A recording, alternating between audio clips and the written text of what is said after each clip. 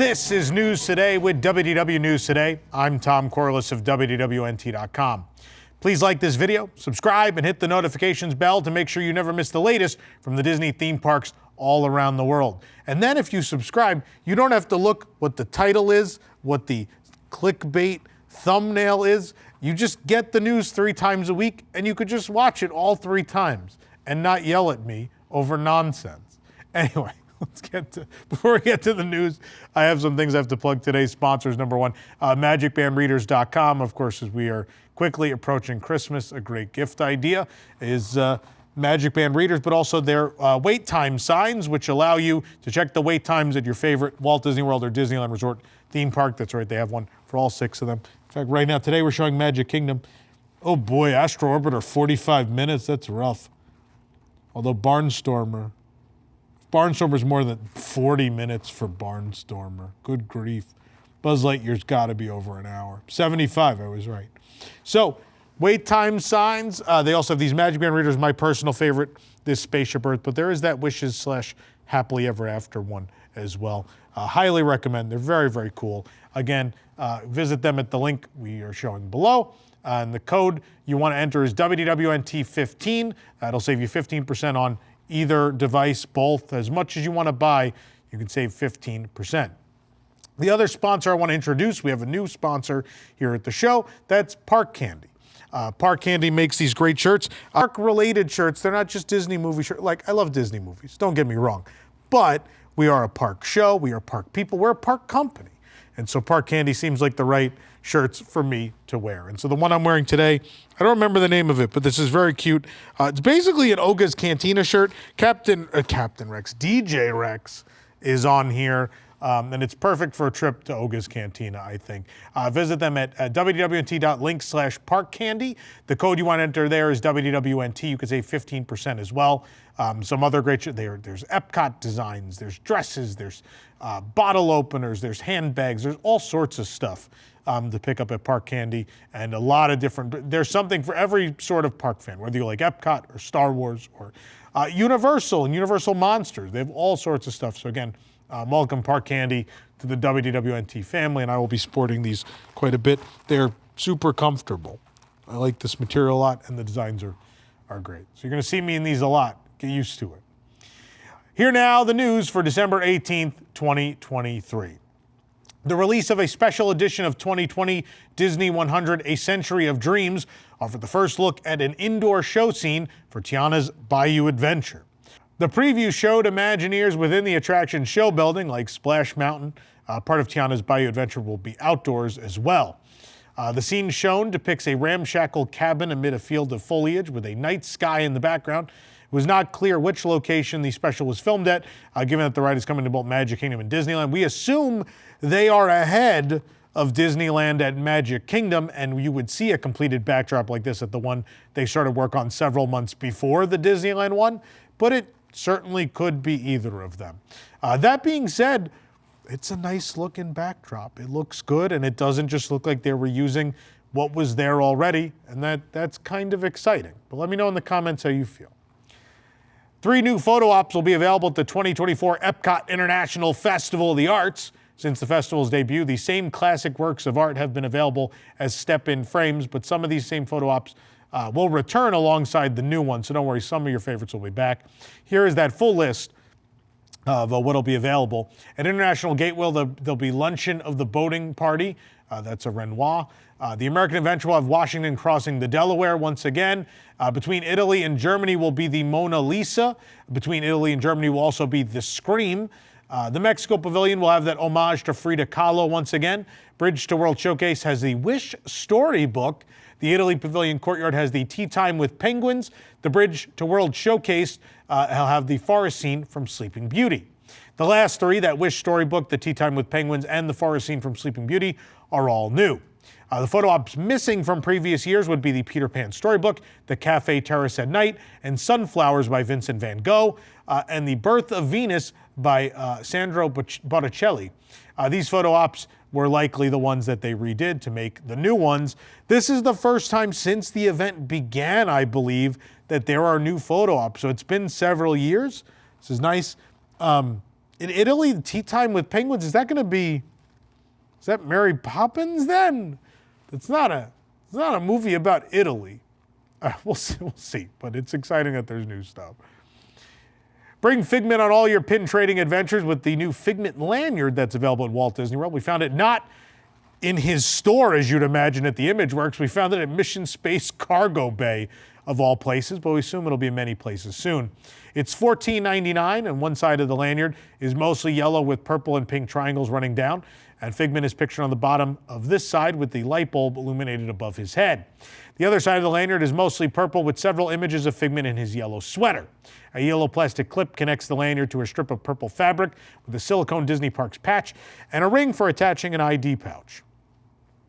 It's been nearly 2 years since construction began on what we presume to be an expanded seating area behind Woody's Lunchbox in Toy Story Land at Hollywood Studios, and another year since this prep kitchen building appeared between the restaurant and the Toy Story Mania exit. And in September of 2023, the exterior was themed to look like a box for a Cowboy Cookin set. The new structure, again, is reportedly a prep kitchen, although there is at least a covered expanded seating area outside of it that is still not opened. The wall facing the exit queue of Toy Story Mania features images of the toys inside. There's Frank's, a ladle, some beans, a coffee pot, cups, jerky, and a fire are all pictured. The wall facing Woody's Lunchbox is now fully visible. Cowboy is spelled out with a rope, while Cookin set is printed below. The words are set against a rocky desert with a covered wagon and cacti, and on the far right is a cowboy figure dressed in brown.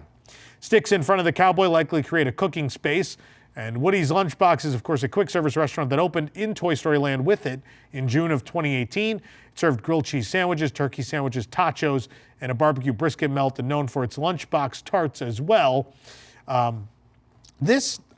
What is going on with this project? This is insane. If it is a prep kitchen, why is it taking so long? Like they kind of half finished that outdoor seating area almost 2 years ago, and it's just remained behind bushes. I can't fathom why they'd want this to go on for so long or why it has. I don't know. But hopefully it's getting close because this is ridiculous. This program is brought to you by our official travel agent sponsor, Be Our Guest Vacations. Your dream vacation begins with Be Our Guests and their concierge team of expert vacation planners. Head on over to beourguestvacations.com/WDWNT, and the team will design your next magical vacation from the Walt Disney World and Disneyland resorts to the Disney Cruise Line to Adventures by Disney and more.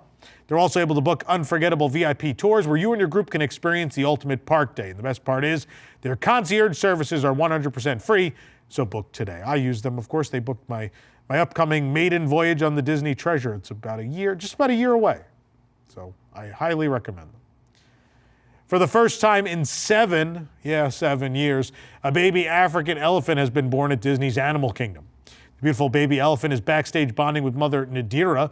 Baby Cora weighs 218 pounds, and her birth was carefully planned through the Association of Zoos and Aquariums Species Survival Plan. The program helps ensure the responsible breeding of endangered animals in managed care. This is Nadira's first calf, making this birth extra special because Nadira herself was born at Animal Kingdom in 2005, making her the first second-generation calf in the park's history.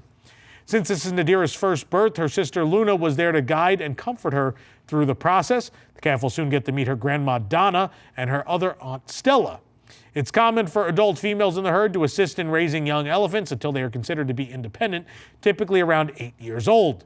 Nadira became pregnant through natural breeding in early 2022 and received special care from the animal care team for the entirety of her nearly 22-month pregnancy. It takes a team of dedicated cast members to care for a pregnant elephant and eventually her newborn calf. And under the expert care of animal keepers, veterinary teams, and scientists, mother and baby will undergo continued postnatal exams and spend several days bonding before they're ready to join the rest of the herd. During this bonding period, the elephant team is watching for the pair to share key moments like successful nursing and weight gain. A Florida man is suing the Reedy Creek Improvement District, or what was the Reedy Creek Improvement District, over the alleged faulty elevator ride he took at Disney Springs that he claims left him with bodily injuries. The Reedy Creek Improvement District was dissolved in June of 2023 after the incident occurred. It has since been replaced, of course, by the Central Florida Tourism Oversight District. The The lawsuit states that the man, Michael Johnson, was at Disney Springs in July of 2022 with his daughter. He took an elevator ride in the orange garage when the elevator, quote-unquote, malfunctioned by dropping several feet suddenly and without warning, then stopping abruptly, forcefully shaking, and dropping again before ascending to the 5th floor of the parking garage, according to the lawsuit. I don't know, that sounds kind of like the Tower of Terror to me, right? And then it went up and back down. Sir, you had a better ride than the original ride profile. The lawsuit goes on to state that as a direct result of the fall, Johnson has suffered bodily injury in and about his body and extremities, resulting in pain and suffering, disability, disfigurement, permanent and significant scarring, mental anguish, loss of the capacity for the enjoyment of life, expense of hospitalization, medical and nursing care and treatment, loss of earnings, and loss of the ability to earn money in the future. Johnson is accusing the Reedy Creek Improvement District of failing to take proper care of the elevator. He's suing for $50,000 in compensatory damages. $50,000 seems low given the list of things he's suing for. That's how I feel, but I don't know. Nonetheless, is that how elevators malfunction? I would think usually they could drop a couple of feet, but then to like go up and do it again while the person's in it and has hit a button to go to a certain floor. I don't know. We'll see. We'll see what happens. We'll keep you updated how this lawsuit goes. It's a sad day in Flavor Town. Mark that as one of the things I thought I'd never read on this show. As Chicken Guy at Disney Springs has reduced its available sauces on the menu from 22 options to just 10. Reminder, Disney doesn't own this, so this is shocking. We noticed the change while on a recent visit to the Springs. A sign was set up in front of the restaurant that features the 10 available sauces for guests to choose from when they order. The available sauces are now the special sauce, donkey sauce, chipotle ranch, buffalo, buttermilk ranch, honey mustard, garlic parmesan, sweet and sour, bourbon brown sugar barbecue, and my personal favorite, Nashville hot honey. I'm glad that stayed. According to the sign, there is also a limited time sauce available, which you can obtain by asking inside when you order. The new sauce roster was also added to the paper menus, which have been updated, and the following sauces have been removed from the menu: ranchero, curry mayo, that's a good one too, wasabi honey, cumin lime mojo, blue cheese, lemon pepper, teriyaki, avocado crema, peri peri, habanero hot sauce, another one of my favorites, spicy mayo, and sweet sriracha barbecue. Meanwhile, the other Orlando area Chicken Guy in Winter Park currently offers 13 sauces, a slight improvement over the Walt Disney World options. The Chicken Guy website does state that the menus vary by location. I'll tell you this, quick serve at Disney Springs, I like Chicken Guy, but I'm more a deluxe and a Blaze guy myself. And now that Eat has opened, Eat is unbelievable. It's fantastic. If you haven't watched the review, there is a review video right here on the channel. Please go check it out. I think it's the best counter service at Disney Springs, which says a lot. I like all four of these places are good, but Eat is like a step above. Droneasos, the company behind the drone shows at Disneyland Paris, has now opened an office in Orlando, Florida, as well as Dubai. Droneasos is behind Avengers Power the Night, Disney Delight, and other drone shows that have performed at Disneyland Paris. And while Droneasos may have an established relationship with the Walt Disney Company, Universal Destinations and Experiences has been reportedly in the market for a drone show as well. The company has boasted that Epic Universe will have drone technology, and it's been rumored that drones will be used in the new Lagoon show at Universal Studios Florida as well. Of course, at this time, nothing is official with any of those. We don't know if Walt Disney World is working on a drone show or not, but I mean, Droneasos has done the most spectacular job with the shows in Paris. They've only gotten better over time. It is exciting that they're in Orlando. And I can't imagine, look, Disney Parks Management now is much wiser than it was a couple years ago. I can't imagine they are not looking at this opportunity. I cannot imagine that Droneasos opened an office here just for Universal, if they're even working with Universal. I don't think that's the case. So this is exciting. Again, I've gone on and on about the Paris drone shows. Delight was fantastic. It was phenomenal. Avengers was even better, and the future looks bright. If you want to watch either of those shows, plug in the channel here. We have every version of the Disney Delight show, even the grand finale version, the last one ever, that had added pyro and all sorts of stuff. And as well, we also have video of the Avengers Power of the Night show. Please go check those out. They are really, really cool. Speaking of Paris, Cowboy Cookout Barbecue in Frontierland at Disneyland Paris reopened on Sunday after a fire broke out at the location on Friday. The fire seemed to originate with the restaurant's fireplace and rose through the roof, leading cast members to evacuate much of Frontierland while the Disneyland Paris fire rescue contained the flames. ED92 shared photos of the restaurant on X. There is a tarp on the roof, but inside there is no clear damage. The fireplace, which has bench seating encircling it, is turned off currently. Of course, Cowboy Cookout Barbecue is a quick service restaurant in a barn-like building. You know the barn-like building. It's the one that was in the featured image that doesn't look like anything in any other park, so you can't confuse it with anything from another park. It serves barbecue food and occasionally offers live music. Before we close the show, I'm going to address the elephant in the room. And no, it's not the elephant that was in the news on today's show. It's this clickbait thing, right? We've had 2 episodes recently where people claim the titles or the imagery were clickbait. We do a news show 3 times a week. You know the show is coming out on Monday, Wednesday, and Friday. And you could choose to watch 3 times a week or whatever. Look, there are 10 to 15 to 20 news stories in that episode, right? I cannot put them all in the title. I cannot put them all in the graphic. My job is the same as any other news outlet throughout history, right? It is to make a reader or viewer interested in the program, right? And so I have to lead with the most interesting story. Is that most interesting story going to be from Walt Disney World every single time, 3 times a week? It's not, right? As for the clickbait claims, again, the Space Mountain one, I don't understand, right? You know, if you've watched the show for a year and a half, we have mentioned several times which Space Mountain is closing. That is not new information. And the image of Space Mountain, it was the correct one. We didn't show you a Space Mountain you're more familiar with. That's the Tokyo Space Mountain, and we said we're going to provide the closing date for you, right? And we did. Frontierland Fire, that image is not Big Thunder Mountain. It's not anything that could be confused with another park. That is Cowboy Cookout, which does not look like a structure in any other Frontierland and any other Disney park in the world. It's unmistakable, in fact, right? So, look, if you watch the show 3 times a week, it doesn't matter what the title is. It doesn't matter what the graphic is, right? That's irrelevant. But the truth is, there is a larger audience out there that has not found us, that all we have to show them, they don't even get to see the title, they get to see this little box. And it's real small because it's in the suggested area, right? And that has to grab people's attention, right? Newspapers. Look at newspapers historically throughout there. Kids, look up what a newspaper is. But look at that history. Like, those titles are not direct and to the point. The idea is to make you pick up the newspaper, and then once you have the newspaper, you are given the whole story and all the proper information. No one is misleading you. Are we trying to grab your attention? Absolutely, because, you know, we have bills to pay. It is not cheap to make this show happen, right? This is a real working studio. Jake is sitting there in the booth. We do pay him.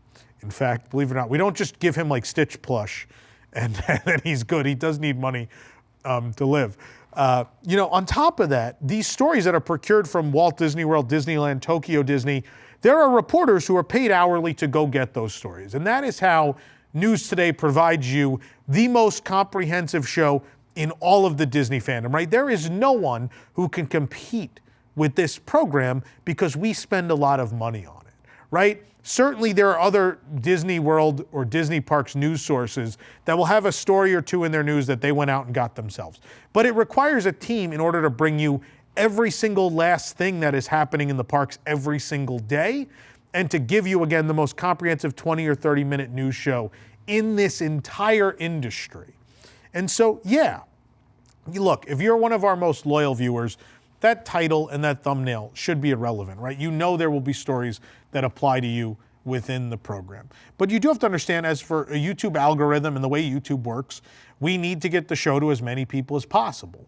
And there is a big difference between, you know, when we have an interesting thumbnail and an interesting title versus when we do not, right? This show will range in viewership anywhere from 30 to 40,000 views to that Space Mountain episode that just came out has 120,000 views, right?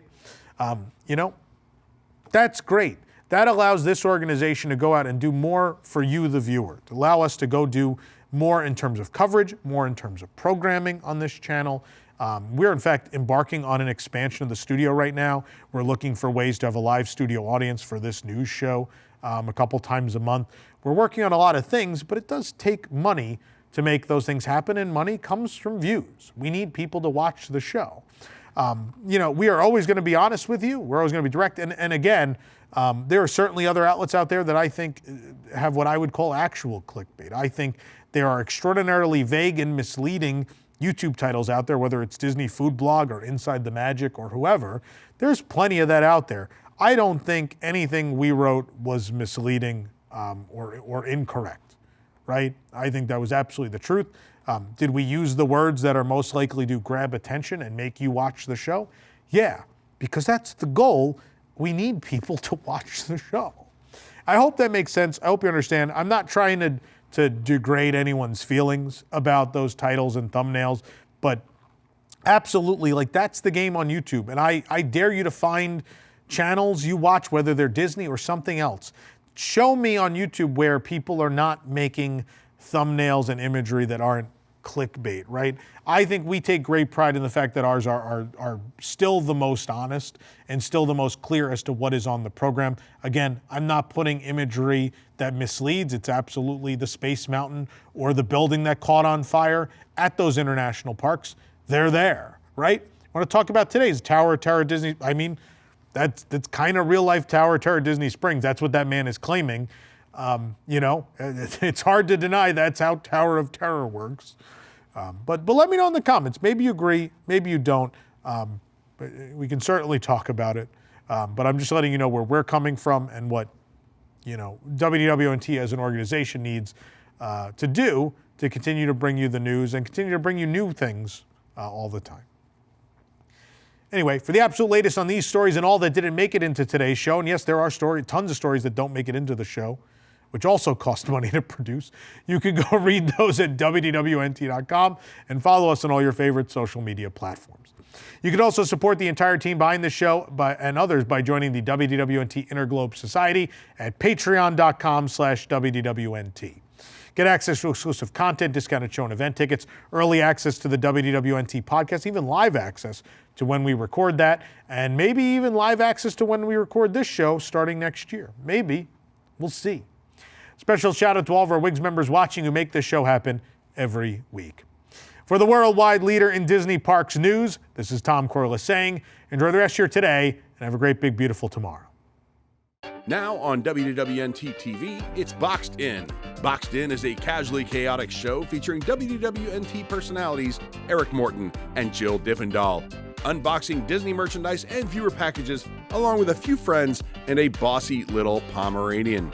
So smash that like button, subscribe and comment, and keep up with the new Disney merchandise releases, seasonal releases, festival merchandise, limited edition merchandise, wishables, pins, and more.